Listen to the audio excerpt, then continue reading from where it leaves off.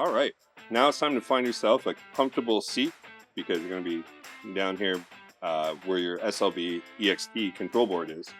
We're going to be doing the VFD install and mounting our eStop at this time.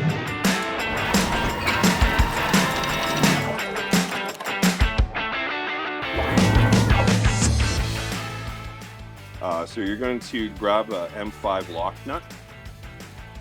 Grab your spindle VFD box.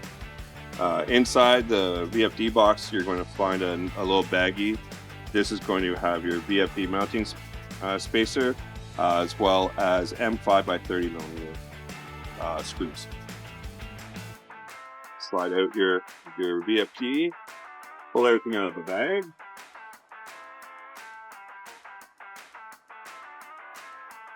Oh, they're inside. You don't even need that. Take your two M5 nuts. You're going to insert them into the back. It's going to locate into position like this. The next, you're going to take your eStop. You're going to just push them through or thread them in. Can be a little tight. Line up the holes. Use your finger on the back.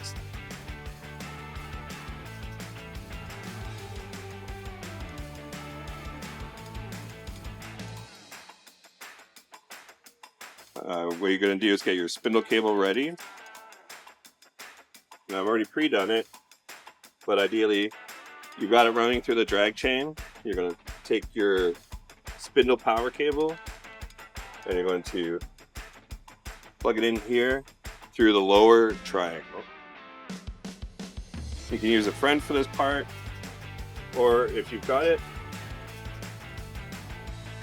you can plug in your cable first, push it in, and then lock it in. Take the M5 30.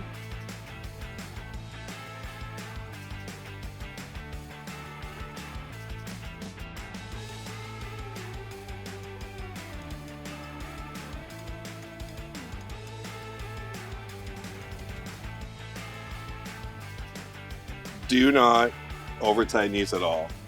They just have to be put into position and bottom out. Otherwise, you'll strip them on side in the enclosure. Next, you're going to take your power cable. We're using the 220 plug, 220 volt.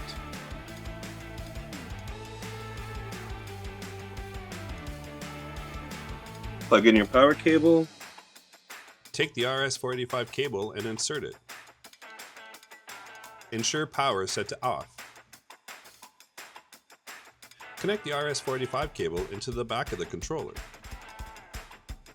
You're going to need another small little RJ cable, the PCB shield, and the SD card. This is the communication cable for all of the settings and all the functions on the ATC VFD that's going to get put inside this board. So you're going to remove this here, and for sake of visuals, we're going to move the cables out of the way. We're going to have to remove 3 pins for this board to lock on here, and if we are looking at this row of 2-pin connectors, we need to remove switch 1, switch 2, and power 1. So we'll just pull those out, and we're going to set them aside. Take your RJ12 cable and plug it into the right side. You're going to take the communication cable for the spindle, and you're going to lock it into place on this side. Note the orientation of the lock. Just flip it into place, nice and tight.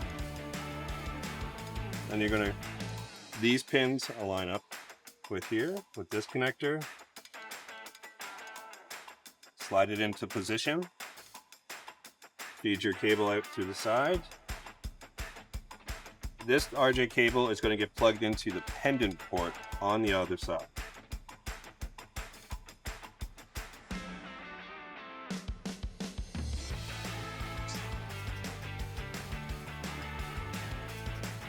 And that's it for the shield installation.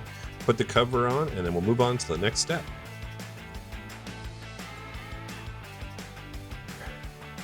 SD card.